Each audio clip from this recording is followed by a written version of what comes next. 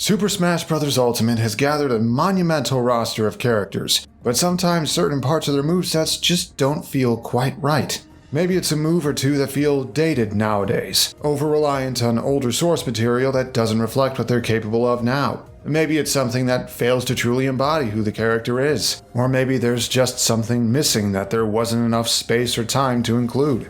But what if there was a way to do something about that? The Custom Specials feature from Smash 4 gave every fighter in the base game unlockable alternate versions of their special attacks, letting them customize their loadouts to their players' preferences. While they ended up flawed in practice due to being highly imbalanced and taking forever to unlock, I think the concept has untapped potential. So, let's theorycraft a reimagined style of custom specials for 4 specific fighters. Our version will have 1 alternate for each special, and they will be alternates based on the original's assets and animations, but they'll be much more thought out than most of Smash 4's customs and pull from the character's source material in ways above and beyond their current movesets. Interested? Then let's get started. And where better to begin than someone who is finally back in the spotlight? Samus Aran is poised to return with her first fully new outing in over a decade. And all the new techniques and abilities she's capable of in Dread makes one thing clear: how dated her current Smash moveset is. While a full-on retool would be ideal, we can still work with what's already there using our new style of customs, expanding her repertoire with alternate specials that help show what this ultimate warrior is truly capable of. First, we have the Charge Shot, based on her Charge Beam ability. Still not sure why the name's different. Smash's archetypical chargeable projectile deals a massive hit at full power and a pretty substantial hit even at lower charges. Ultimate cranked up the stun and added the ability to charge it in midair, both of which made it more effective normally and a menace online. But can we give it an ult that varies things up a little? Enter the Plasma Beam, a recurring upgrade in the Metroid series that lets Samus's arm cannon pierce through enemies. Charging and firing this version releases a pair of elongated projectiles in corkscrew formation that go right through any fighter or object in their way, and special trample properties let them destroy enemy projectiles that aren't at least 9% stronger, and keep going. This version fares better against other zoners, making Samus more effective at waging projectile wars, but its knockback is a little weaker and its end lag a little greater, making it less useful as a kill move or kill confirm. It also takes the explosive effects on a few of Samus's A-button moves and turns them green. Missiles are the other key part of her zoning. 2 variations give them some versatility: a slower moving standard missile with slight homing abilities from a standard input, and a super missile from a Smash input that moves faster and hits harder but only goes in a straight line. Pretty basic, right? So how about something more interesting? The Ice Missiles from Metroid Fusion, Prime 3, and Dread flash freeze enemies in place on hit, neutralizing them temporarily and even letting you use them as platforms. Our Smash version doesn't freeze people for several seconds straight because that'd be broken, but the very brief freeze they cause serves as a short-lasting stun. While Ice Missiles don't have 2 versions, they always go straight forward and don't hit as hard as Super Missiles, the stun gives them combo potential at certain ranges, trading raw threat for setup utility. They also have new visuals, turning the caps of the missiles ice blue and causing the smoke trails behind them to contain shimmering ice crystals. Neat. Samus's Screw Attack has been a staple late-game power-up in her 2D outings since the beginning. Smash tones down its sheer destructive power, turning it into a quick third jump, or out-of-shield punish, that deals multiple hits to anyone on contact. We can build an alternate for this one by pulling from its 3D renditions instead. The Screw Attack as it appears in Metroid Prime 2 and 3 is mainly a movement option, letting you cross long horizontal distances where a simple double jump wouldn't cut it. In Smash, this translates to increased startup, followed by a somersault with greater height and forward momentum that carries much further. While it's not as good of a punish, its greater distance and diagonal angle, which you can influence a little by pressing directions, gives Samus an easier time recovering from deep off stage or in situations where you don't want to rely on tethering. Morph Ball bombs round out Samus's specials. Deploying a bomb makes her harder to hit for a moment and gives her increased air control while being immune to the resulting explosion, which combine to make her even more of a pain in the ass online. So what are we doing as an ult for this one? The Power Bomb? Actually, something that doesn't use a bomb at all. The Spring Ball is a semi-recurring power-up that gives Samus the ability to jump while in Morph Ball form. This ult simply has Samus shift into the Morph Ball and quickly bounce upward about the height of a full jump. A pure movement mix-up that helps her evasiveness even offline, Spring Ball lets you play more mind games when trying to get out of a disadvantage, but since it has no hitbox, you're wide open if someone predicts when you'll use it, and you can only use it once per airtime, have to land before it refreshes. Toon Link. Once the black sheep of his franchise, resented for not having a more serious art style, then resented for being one of Brawl's last newcomers in place of other speculators had hoped for more. While this heroic successor's been vindicated by history, his moveset is still similar to the other Links in form, even if his stats and hitboxes give his playstyle key differences. But what if we could craft a second set of specials that tapped even more directly into the game he's originally from? Let's start with the hero's bow, knocking and firing an arrow to attack from a distance. Compared to the other Links, this version's arrows are floatier, travel slower, and last longer. But if you want something with more serious firepower, there's always a different type of arrow. Hey, Zelda ain't using them anymore. Pulling out specifically the Wind Waker version of the Sacred Light arrows, the minimum required charge is greater than normal, but when loosed, they fly faster, hit harder, including more shield damage, and create an area of effect medium-sized explosion of light on contact with a fighter, shield, or object. Toon Link usually has to rely on his sword to net knockouts, but light arrows would give him a projectile that can do the job without having to approach. The greater startup makes it less useful in neutral though, so it would be ill-suited for matchups where you want to focus more on walling opponents out. Toon Link's side special has him toss out a boomerang that flies forward and then comes back. Controls space, can be aimed up or down, return trajectory changes based on where you move to as it comes back, yada yada. We've seen this before, so how about something a little different? This variant works closer to how the boomerang actually behaves in Wind Waker, letting you hold it at the start to charge and aim it for a moment. Doing so lets it travel a little faster and deal more damage once it's thrown, but more importantly, if it hits something on the way, enemy, item, or another projectile, it keeps going and homes in on the next opposing object in its path.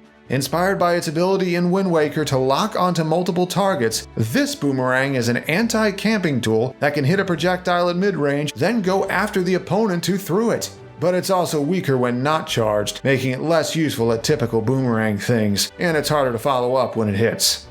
The spin attack is a Link staple, such an iconic technique that even the one who isn't a reincarnation of the hero still uses it. Toon Link's version comes out the fastest of the three and deals multiple hits on the ground and in the air. But if you remember, he can learn a souped up version of it in his game, so how about we tap into that? The Hurricane spin requires more startup, but when unleashed it becomes a longer lasting spin that deals more total damage and lets Toon Link travel across the ground during it. A wilder spin with more margin for error as a punish or tech chase thanks to its movement, it also requires extra care to use, cause just like in Wind Waker, it has significantly more end lag. In the air, it's a bit tamer, going higher than the default spin attack and with a little more lateral movement, but it can't grab the ledge until later in the animation than the normal version can. And we have the bombs, with the same name as Samus's bombs.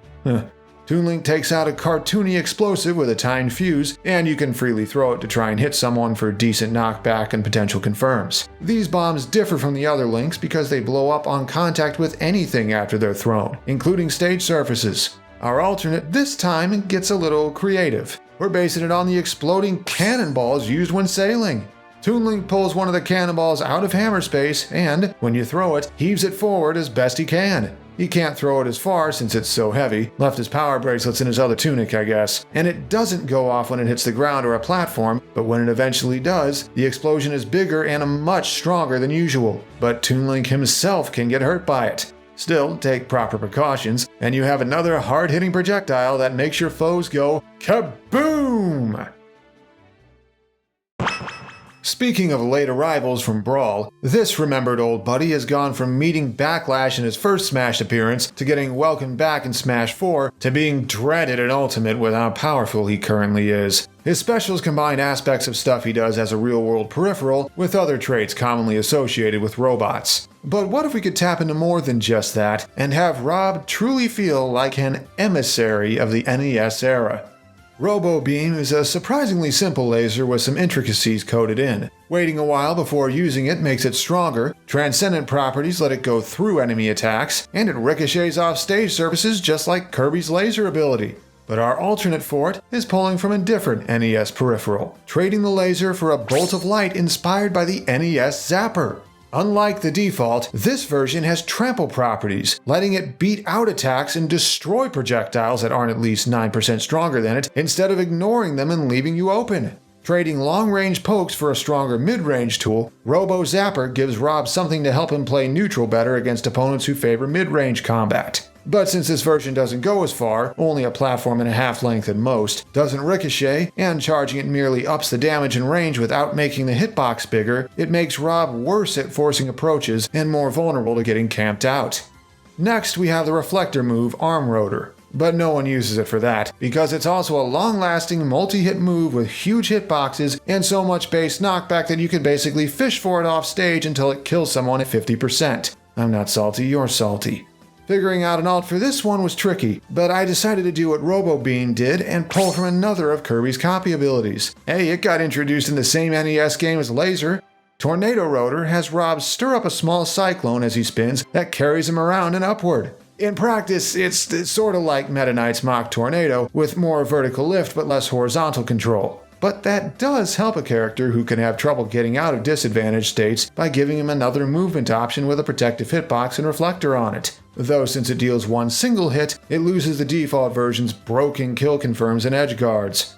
R.O.B's recovery move taps into his fuel reserves to fly to safety Superman style. You can deactivate it at any point by letting go or attacking, giving him a very flexible recovery that makes up for how big a target he is. You can also run out of fuel if you use it too much without landing, but in practice that basically never happens. Our alternate, though, gives him a different set of thrusters from a tragic past. The Ancient Burner and its golden flames give R.O.B more direct control mid-flight, especially moving left to right, and a little more speed, but in exchange, it takes longer for the fuel to replenish when he lands. This version gives his recovery more flexibility when it's active, but repeated use is much riskier. Use it if you're more worried about getting to safety quickly than being able to mix up your landings. This variant also turns the exhaust on R.O.B's up smash and neutral, back, and down airs the same shade of gold. Then we have the Gyro, a chargeable spinning top whose reputation as a trapping move, combo tool, and kill confirm precedes itself. Only one can be in play at a time though, which presents problems if an opponent picks it up and plays keep away with it. It's a neat reference to one of R.O.B's NES games, so how about an alt that pulls from the other one? This version has him stack up to 3 circular blocks on his fold-out stand. Press B again to send the blocks flying forward as they topple over. The more you've stacked, the more reach and coverage they create since the higher up blocks travel further. Stack Up trades long-term stage control and setups for immediate option coverage. Fling a stack of blocks at an opponent to pressure them from a dash length away, catch them landing, beat out some attacks if you space it so one block clanks and the others hit them afterward, etc. The block's colors are chosen randomly, but every block has the same properties. It's purely cosmetic. Last, but certainly not least, we have what may be Smash's strangest fighter to date. The controversy upon Piranha Plant's reveal settled to reveal an actually very creative moveset lined with references to a ton of different subspecies throughout the Mario series. Being new to Ultimate means Plant never got any custom specials originally, so this is our chance to give it a taste of what it missed out on, revamped to suit our new style, and also a chance to make even more references than the base moveset does. A very unconventional projectile, the Patooey Ball comes out above Piranha Plant just like its Super Mario Bros. 3 inspiration, with the option to then toss it left or right with trajectory based on its current height. With a long-lasting hitbox and surprising power, it's a legitimate threat and a cornerstone of Plant's Trapper playstyle. Changing it too much would make for a weaker character, so our variant simply gives it a reskin and tweaks it a little. Based on the many types of Piranha Plants that can spit fireballs, Fire Trap has Plant spit out an orb of flame above itself instead of a spike ball. You can send the fireball in either direction just like normal, and while it isn't quite as strong as the Patooey, it moves a little faster and bounces much higher when it hits the stage or a platform. This version's still built for the same situations, but its different properties give it different upsides. Likely better at trapping landings and catching recoveries, but easier for opponents to avoid at the ledge. Inspired by the putrid piranhas from Paper Mario, Poison Breath lets Plant prep, store, and spew a cloud of poisonous mist that deals rapid damage but no stun or knockback. While it's nice when it hits, its main role is letting you use the threat of it to control part of the stage, or hide in it to mask your next move. Our alternate is similar, but it's threatening for a different reason. Inspired by the inky piranha plants in Super Mario 3D Land that obscure the screen, Plant preps and spits a cloud of black ink instead. It's shorter lasting than the Poison Cloud and deals less damage, but every hit applies ink to the opponent just like the effect on several of Inkling's moves. The more ink an opponent gets covered in, the more damage they take for a while, giving you momentum in place of immediate burst damage. Plant also changes colors to black and white while charging it instead of yellow and red, though a slightly different shade of black than the alternate costume so players can still tell when it's being charged. Piranha Copter has Piranha Plant spin its leaves like a propeller to fly upward and potentially drag opponents along with it. While it goes very far and contributes to Plant's ability to live to freakishly high percents, its kinda slow movement, weird steering, and lack of protection for Plant's head make it more vulnerable than it might seem. So what if there was an alternate that lacked some of those weak points? Enter something more directly based on the jumping Piranha Plants that inspired the move in the first place, having Plant launch straight up with quicker startup and much more velocity. While it's faster and harder to intercept, it doesn't carry nearly as far and isn't as flexible movement-wise, only going about as far as Marth's Dolphin Slash, and Plant's head is still vulnerable, so it's best used to reach the ledge before opponents can touch you. The speed also gives it utility as an out-of-shield punish. Finally, we have Long Stem Strike. This awkward long-ranged pressure tool lets Piranha Plant hide in its pot, or pipe for half the costumes, granting armor while doing so, then lunge out and snap at someone in range. The longer you hold, the further the bite can reach, and you can tip over in either direction to adjust your aim, though if you do so, you can't tip back. What if there was a version that had more of a margin of error? Like an alt based on the flexibility of the Elasto-Piranhas from Mario and Luigi Partners in Time, with the ability to curve Plant Stem as it lunges out of its pot. While it has less max range and doesn't deal as much damage to enemy fighters or their shields, the extra aiming utility gives it fewer blind spots than its counterpart, though the curve only works if you press an angle no more than 90 degrees away from the one you came out at. There's more end lag afterward, and Plant's entire head and stem still have hitboxes, so don't get hit.